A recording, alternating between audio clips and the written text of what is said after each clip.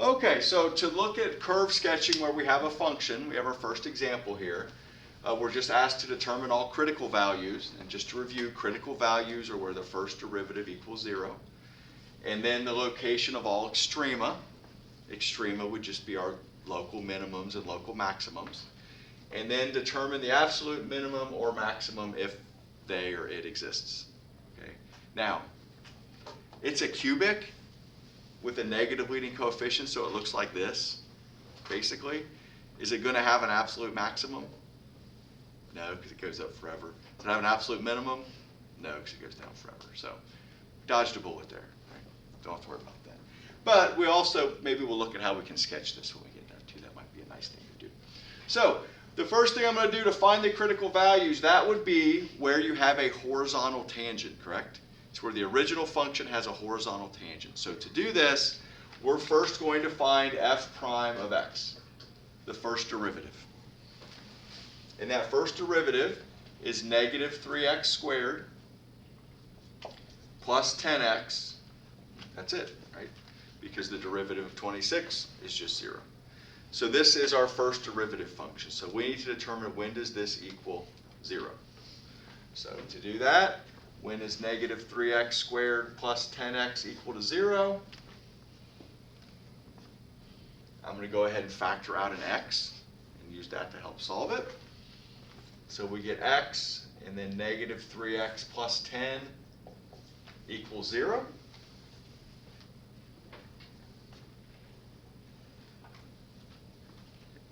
And then from here, we get when x equals 0, or when negative 3x plus 10 equals 0. What's that give us? Like 10/3, I think. Subtract 10 from each side, divide by negative 3. So that would be when x equals 10/3. So what I'm going to do now, because I know this, is I'm going to go ahead and draw a number line for f prime. Right? These are the two critical values, so I'm going to put a 0 at 0, and then a 0 at 10/3. So again, just our critical values, kind of put our answers here, would be where x equals 0 and where x equals 10/3. Right? And again, that's where we have our horizontal tangents. Horizontal tangent, the location, the x value is a critical value, and then your critical values could be minimums or maximums. Now, I know that with these polynomials, we should know a lot about polynomial functions. Like, we probably should know how this basically looks once we found the zeros, but we're going to look at more advanced functions moving forward, so it's really nice to kind of work through the process here, kind of confirm what we know using the process. So what we're going to do here is we have our number line for f prime. We're going to make a sign table. We're going to figure out where is it positive and where is it negative.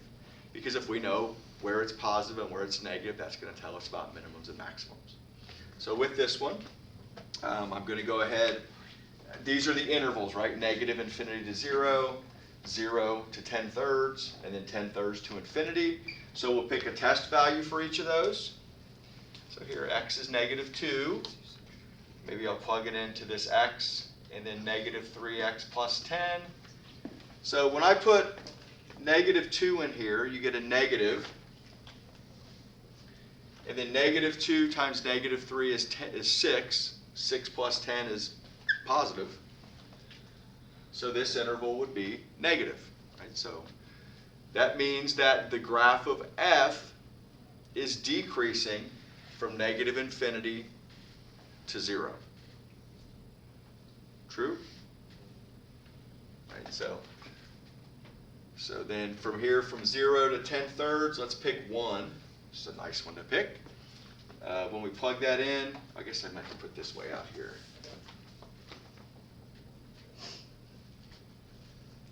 So what was that, negative, positive? So 1 would be positive, positive. Right? So it's going to be positive on that interval. That means that f is increasing from 0 to 10/3. Right?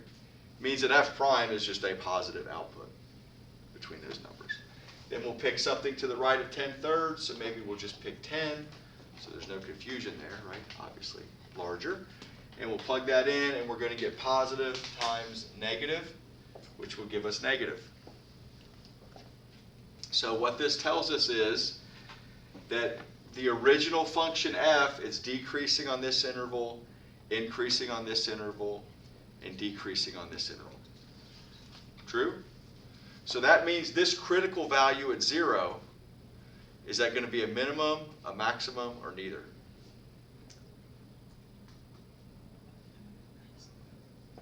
Well, so the original function decreases to 0, then it starts to increase. Minimum. So that would be a local minimum. So f has a local minimum at x equals 0. Okay, and then we know that at 10/3, this other critical value, we know that f is increasing as it approaches 10/3, then it starts decreasing. That would be a local maximum. So then f has a local maximum at x equals 10/3. Now, determine now we talked about this is a cubic that goes up and down forever. So there's not going to be an absolute minimum or maximum. If I wanted to see, though, what the y value was, what the coordinate of this maximum was, like say I had a bunch of maxes I had to compare, if we did that, though, where do you think I would put 0 into? Go back to the original function. Right? So that means that f has a local maximum at x equals 0. If you needed to, you could actually, it's at the point 0, 26. Right? Because when you put 0 into the original function, you get 26. I'm going to, now if you put 10/3 in there, you would also get a y coordinate. The math's not quite as easy, right? So we're not going to have to do, we don't do that by hand here. But does this process make sense, though, how we could look at this and we could get information? So just from what we know, now we did know that this was a cubic, but I don't think that I could find a 0 here. That's not easy to do, right? But we do know that just from this information that we have, that we just found, that if we wanted to sketch y equals f of x, now again, it's not going to be the most accurate graph ever, but it's going to give us the general shape. We know that so here's 0, we could call this 10/3. At 0, we have a minimum. Well, we actually know that our minimum was at 0.26, don't we? Which would be over here somewhere. And then at 10/3, we have a maximum. Now, we didn't bother plugging it in there because it looked like more work than we cared to do. But we do know it's somewhere higher up here, correct? And then if we know this is a minimum, this is a maximum, so it's going to look something like, well, no, actually that's pretty bad here. Could be something like that. Right? So we know that just from looking at that first derivative in the sign table of the first derivative. We could get a decent idea what this shape was going to look like. And we could find the mins and maxes, and if we had the time and the wherewithal and I wasn't being lazy, we could actually find the coordinate of the maximum here. But I didn't really see a need to do that. Okay, so determine all critical values in the location of type of all extrema. Determine the concavity of f and any points of inflection. So we've got a bunch of stuff going on now. We know it's a 4th degree polynomial, so it's probably like U-ish shape. It could have like a W kind of shape to it. So first thing we'll do is we'll find the first derivative, which is 4x cubed minus 36x. And then from that, we want to know what the critical values are. So we're going to take this first derivative. We're going to set it equal to 0. Let's see what we can do with factoring. 4x, x squared minus 9 equals 0. So from this, you could even say 4x, that's strange, 4x, x minus 3, x plus 3 equals 0. So that shows me that we have critical values at 0, at 3, and at negative 3. Right? Set it equal to 0 and solve. Again, I'm betting if you missed it, it wasn't the calculus that tripped you up. It's probably the algebra, right? The factoring and all that stuff. So what that gives us here for our number line, again, label it as f prime, because since it asks about concavity, we're going to look at the second derivative. But we know that there is a 0 at negative 3, at 0, and 3. And then we just want to find the signs, whether it's positive or negative on each of these intervals. So we're going to pick a test value and just look at negatives and positives. So with this, we have a test value. We're going to plug it in 4x, x minus 3, x plus 3. I always like to have it as factored as possible. That's just kind of a personal preference.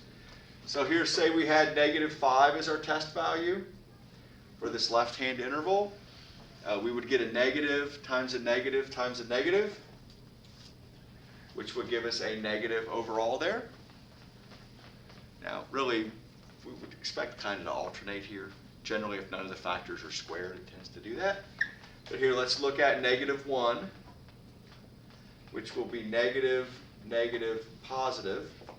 So that's a positive interval. And then let's test maybe 1. That would be positive, negative, positive, which would be negative. And then let's test 4, which would be all positives. So that interval is positive there. So that shows us where where f is increasing and decreasing, correct? That's where f is increasing and decreasing. So just for, so we could say that f is increasing. I know it didn't ask us that, but it's not a bad thing to say. When x goes from negative 3 to 0, and from 3 to infinity, we get f is decreasing. X is contained in the interval from negative infinity to negative 3, union 0 to 3. Mention 2 on increasing and decreasing. You make them closed intervals. Just the definition tells you that. So for the extrema, we see there's a sign change on all of these, correct? That means they're all going to be mins or maxes.